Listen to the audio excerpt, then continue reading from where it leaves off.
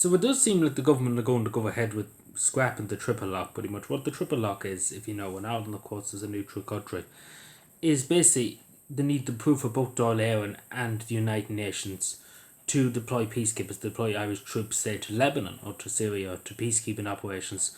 So basically, the scrapping that bit where we get UN approval to basically go into Lebanon, and that basically Dáil Éireann will have all the say pretty much on where Irish troops will go.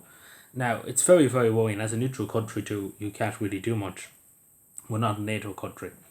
The whole purpose really of the triple lock was to stop Irish troops being in a compact situation in terms of, like if it's happened in Ukraine, the Irish government probably could send them to Ukraine. We wouldn't put it past them to send Irish troops to Ukraine to fight the Russians. You wouldn't be surprised. But I don't think this is right because it's not really serving the Irish people. That's the thing. It's the peacekeeping serves the Irish people too, but we don't know, and I suppose this is the thing. We don't trust the Irish government. Nobody trusts the Irish government because for years they were understaffed, they were under-equipped, they underpaid the defence forces. So why all of a sudden did they say, we care, we want to look after the defence forces, we want to do this? Why would we believe it? Like, why would we trust them first of all? The Minister for Defence is Helen McAtee, and we know that she's a compulsive liar and that she's no addition to anybody. And of course the government, all of them nearly are no addition to anybody anyway. But this is the thing, I do think this should have went to the people, and I think in a democracy too, particularly something like this, because I do think it affects neutrality, and a lot of people would argue it doesn't. Some people do argue that it doesn't. It's just an object, and we could kind of ignore it, and Ireland kind of can walk around it, skid around it, if that makes any sense. But this is the thing. I don't think we should have changed it. I don't think so. And I know they would say Russia and stuff would block Irish peacekeepers. Take for example, if there was a peace settlement in Ukraine in the morning, Russia could veto Irish NATO, like not NATO, UN troops deployment to Ukraine to keep the peace. Take for example, they could veto that, Russia or China. Take for example, and I know people would say, we shouldn't allow them to do that. But at the end of the day, it's been like that for the last since Ireland 60 years ago nearly joined the UN peacekeeping. So I don't see why all of a sudden we need to change. And then first of all too, I do think it's up to the people of Ireland to change it. So I would suggest, and again the government are going to bang ahead with it and rush it through the door anyway. But this is the thing, they should, and Catherine Connolly, if she's any addition in any way, shape or form, because obviously has to go to work to on the hair and to sign into law, to scrap it. So the President of Ireland should veto it, or either send it to the Supreme Court, because I think the government really can't do this. I do think it should be a referendum on it. I do think there should have been. And I think Catherine Connolly should refer to the Supreme Court to say this is a huge legislation to give the government the power to do this without the United Nations.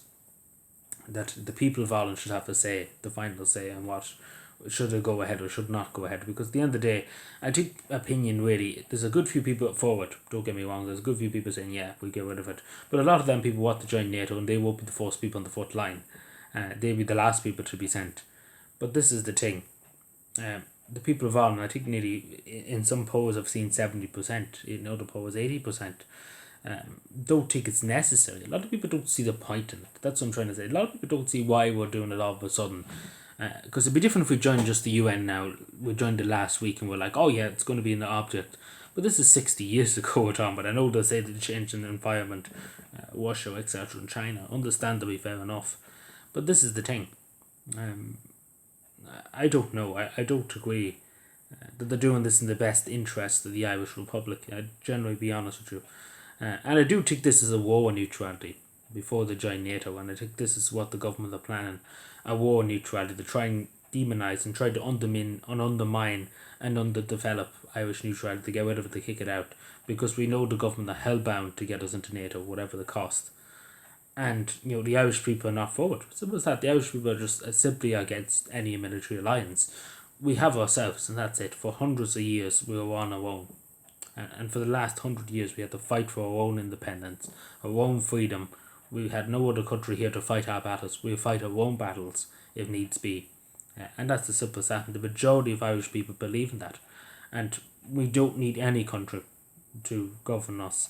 But of course I will say United Nations peacekeeping is very, very important to Ireland. We have a huge role in that. We have a huge history of it, and it's important to keep that, of course. I'm not suggesting for when we pull out of peacekeeping. But I'm suggesting that the government give the people the choice on this, because at the end of the day, this is significant. This will change a lot of stuff. The Irish government can literally send troops to anywhere based in this. If they have the approval of Dáil Éireann, they literally have. They would be able to send them to anywhere. They could send them to anywhere, to literally a war situation, and it's worrying. But maybe I'm just being a conspiracy theory, but a lot of people are very concerned about this. A lot of people are, and genuinely very concerned. I hope that maybe Dáil Éireann, that some of them have a backbone, some of the Fianna Fáil, but I don't think so. And the independents holding up the government, I think they should speak out. But again, they're not much of independents. They haven't threatened to bring down the government at any stage. But anyway, not likely it's going to happen. We see what Catherine Connolly does, if she's any addition too. But I don't think so. Let me know what you think. Bye.